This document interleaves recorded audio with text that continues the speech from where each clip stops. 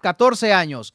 Ese es el tiempo que un hombre estuvo caminando libre por la calle, comprando en la tienda, saludando a los vecinos, envejeciendo tranquilo del otro lado de la frontera. 14 años desde que una mujer quedó tendida en la arena de una playa en La Paz. 14 años en que su familia enterró a esa mujer, la lloró, la extrañó y vio como el hombre que la fiscalía señala como su asesino simplemente se esfumaba. Le dicen el viejo Tino Nelson Alberto Mármol, 59 años. Y a finales de julio de 2026, en algún punto de territorio guatemalteco, unos agentes le pusieron la mano encima. Se acabó la huida. Después de 14 años, el viejo Tino cayó.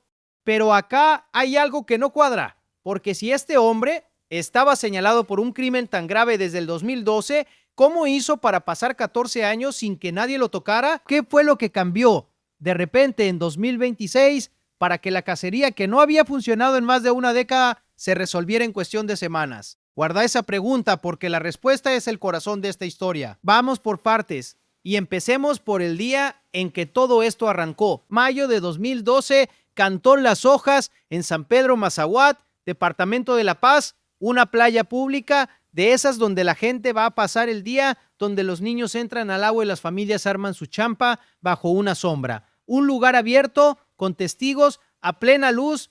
Ahí es donde, según el expediente del Tribunal de Sentencia de La Paz, el viejo Tino alcanzó a la mujer que había sido su compañera de vida, su exconviviente. Y ahí, delante de quien estuviera mirando, terminó con la vida de ella. Lo que pasó en esa playa quedó registrado en la declaración de un testigo. Alguien que estaba ahí. Alguien que lo vio todo y que años después lo contó ante el tribunal. Y esa declaración es una de las cosas que te voy a mostrar hoy, porque es escalofriante lo que describe. Pero antes de llegar ahí, déjame ponerte sobre la mesa todo lo que este caso tiene adentro, para que sepas lo que venís a ver. En los próximos minutos vas a conocer 4 cosas. La primera, la declaración de ese testigo presencial, la persona que vio cómo el viejo Tino persiguió a su víctima en esa playa. Es lo primero que te voy a entregar y llega ya. La segunda, la alerta roja. Un documento internacional emitido con fecha del 22 de mayo de 2026, que fue exactamente la pieza que destrabó 14 años de impunidad. Te voy a explicar qué es y por qué lo cambió todo. La tercera, el expediente del Tribunal de Sentencia del Departamento de La Paz, que es el que le puso nombre y forma legal a este crimen y el que explica por qué se persiguió a este hombre hasta otro país. Y la cuarta, la más fuerte de todas, un dato que salió de los registros oficiales de Guatemala y que revela algo que casi nadie está mirando, una cifra que explica por qué el viejo Tino cayó justo ahora en 2026 y no antes. Te aviso cuando lleguemos a ella, porque cambia por completo la forma en que entendés esta captura. Te voy avisando cuando caiga cada una. Y te lo digo claro, si te salís antes del final, te vas a perder justo la cuarta, que es la que le da sentido a todo lo demás. Porque hay algo en esta historia que conecta el crimen de una playa salvadoreña en 2012 con una ola de capturas que está ocurriendo ahora mismo y que hasta hace poco parecía imposible. Vamos por la primera. Empecemos por cómo fue ese día en la playa. Acá está la primera de las 4 cosas que te prometí, la declaración del testigo.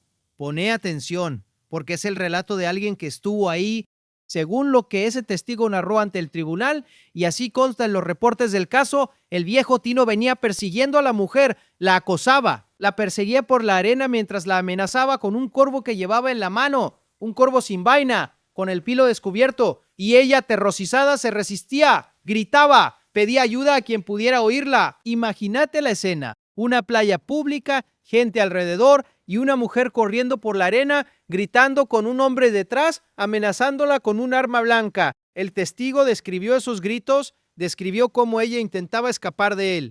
Y por un momento lo logró, la mujer alcanzó a huir, alcanzó a poner distancia, pero la arena traicionó sus pasos y cayó. Ese instante, esa caída, fue lo que el hombre aprovechó. Ahí sobre la arena, delante del testigo, el viejo Tino le quitó la vida. No voy a detenerme en cómo. La declaración lo describe, pero no hace falta que yo te repita esa parte. Lo que importa es lo que quedó. Una mujer que fue perseguida, que pidió ayuda a gritos, que intentó salvarse y que no lo logró. Y un hombre que después de hacer eso a plena luz y delante de testigos, se dio la vuelta y desapareció.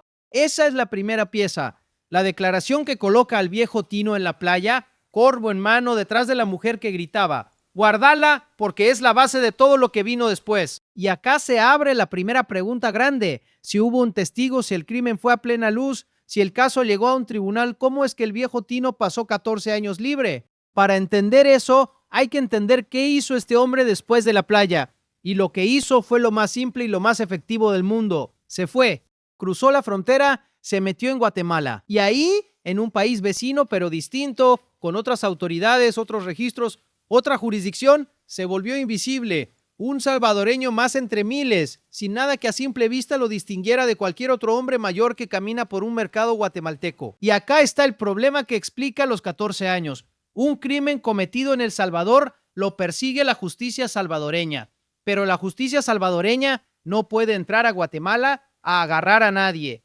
No manda ahí. Sus policías no pueden cruzar la frontera y ponerse a buscar casa por casa.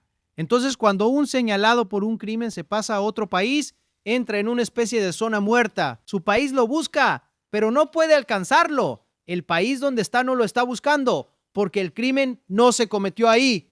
En esa grieta, en ese hueco entre dos países, es donde el viejo Tino sobrevivió 14 años, no porque fuera un genio del disfraz, sino porque la frontera misma le servía de escudo. Y ese escudo funcionó por más de una década. Funcionó mientras no existiera un mecanismo capaz de cruzar esa frontera por él. Mientras la cacería dependiera solo de la justicia de un país que no podía entrar al otro, hasta que ese mecanismo se activó.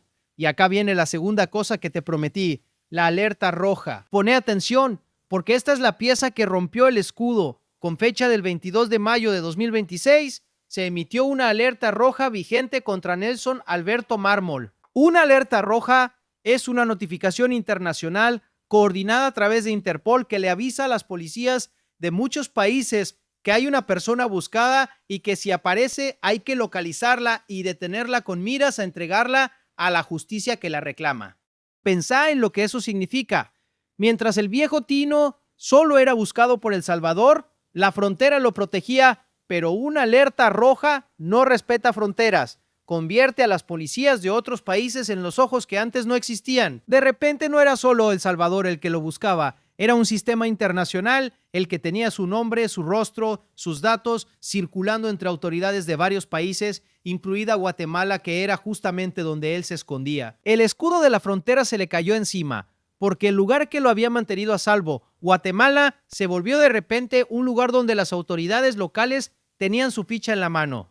Y fíjate en las fechas porque esto es clave. La alerta se emite el 22 de mayo de 2026 y la captura ocurre a finales de julio de ese mismo año. 2 meses. Después de 14 años de nada, bastaron unos 2 meses desde que se activó la alerta roja para que lo agarraran. Ahí tenés la respuesta a la pregunta del inicio.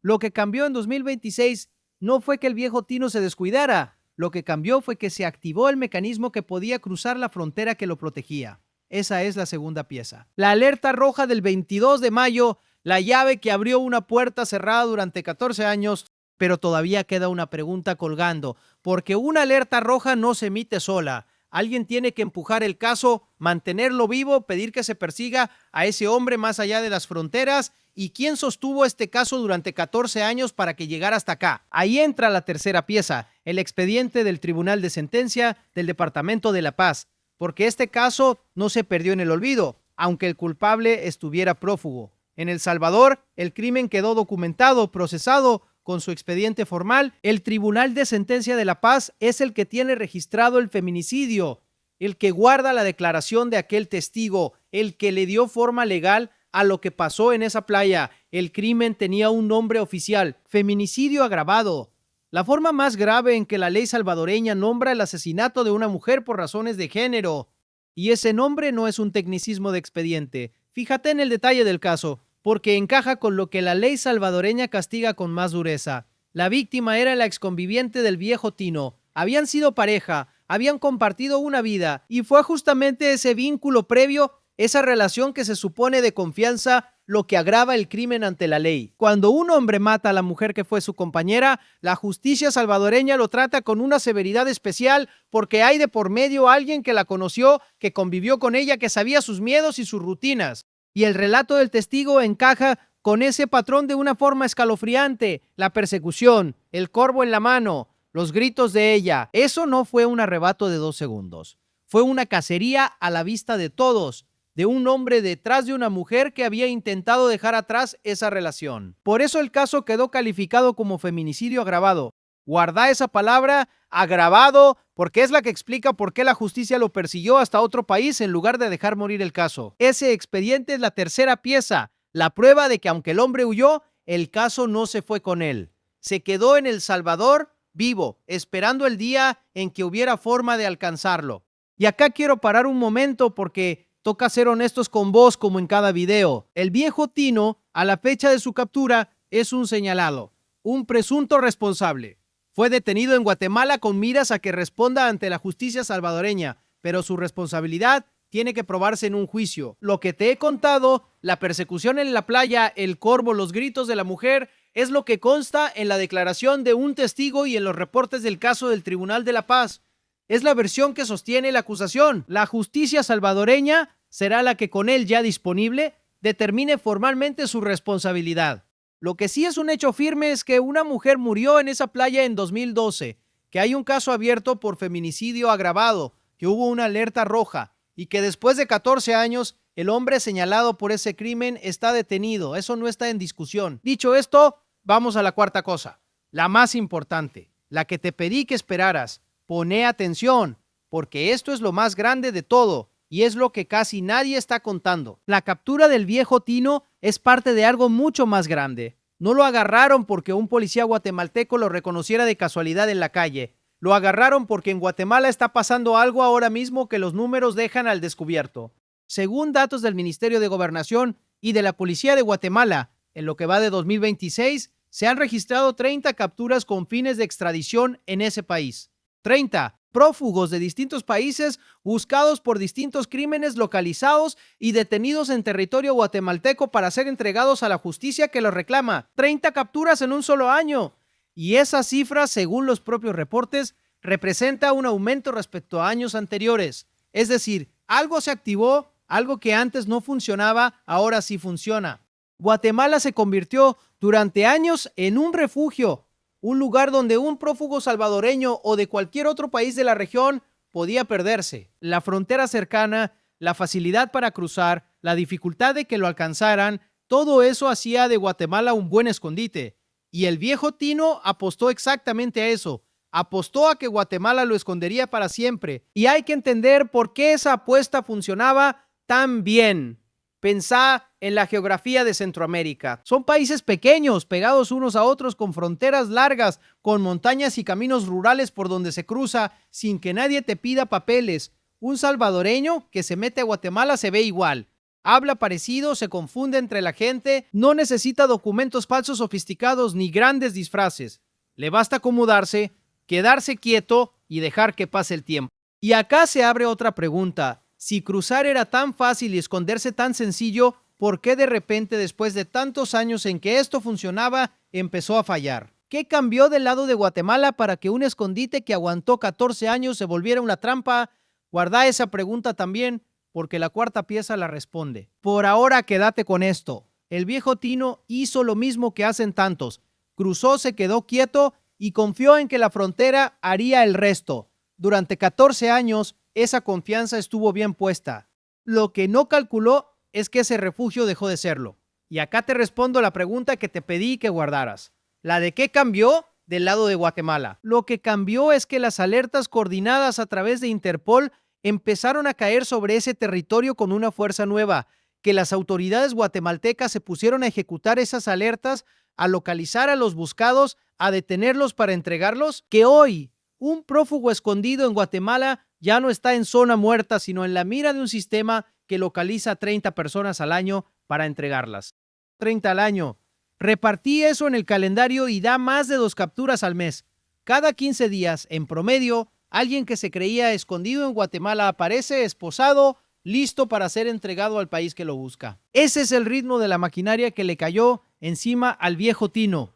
Una maquinaria que hace apenas unos años funcionaba a cuentagotas y que ahora agarra a un prófugo tras otro. Y fíjate en un detalle, la mayoría de esas capturas con fines de extradición responde a pedidos de Estados Unidos muchas veces por narcotráfico. Pero, y esto es lo importante para nuestra historia, las alertas coordinadas por Interpol también han permitido ubicar a prófugos centroamericanos buscados por otros crímenes: homicidio, violencia contra la mujer, trata de personas.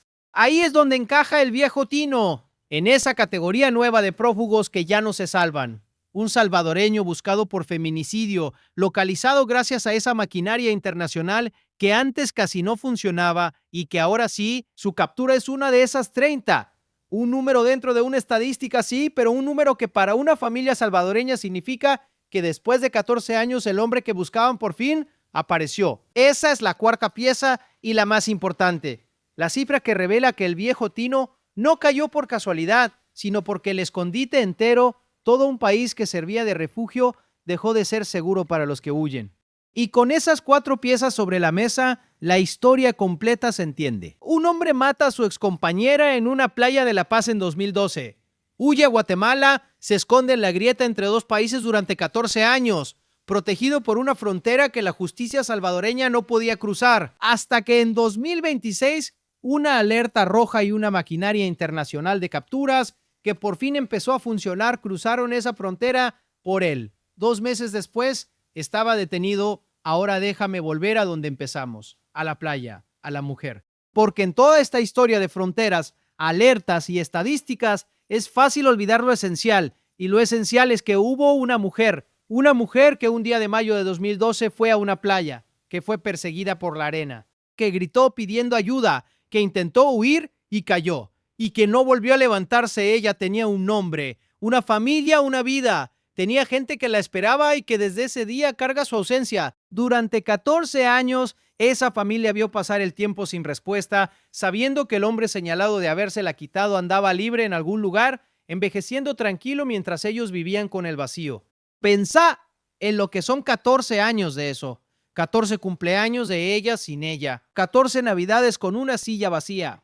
14 años en que la familia supo quién era el señalado, supo su nombre, su alias, su cara, y aún así tuvo que verlo esfumarse sin que nadie pudiera traerlo de vuelta. Esa espera, esa impotencia de saber y no poder hacer nada, es una segunda herida que se suma a la primera, la pérdida de la mujer y encima el peso de una impunidad que parecía eterna. Por eso esta captura, aunque llegue 14 años tarde, importa, porque le dice a esa familia que el tiempo no borró el caso, que el expediente del Tribunal de la Paz siguió abierto, que la búsqueda, aunque parecía muerta, seguía viva en algún cajón, esperando el día en que la maquinaria pudiera cruzar la frontera. Y ese día llegó. Hoy, ese hombre está detenido. No devuelve nada de lo perdido. No borra 14 años de espera, pero al menos coloca al señalado frente a la justicia que lo buscó todo este tiempo. Al menos le dice a esa familia que el caso nunca se cerró, que el expediente siguió vivo, que la búsqueda no se detuvo aunque parecía detenida. El viejo Tino se creyó a salvo del otro lado de la frontera,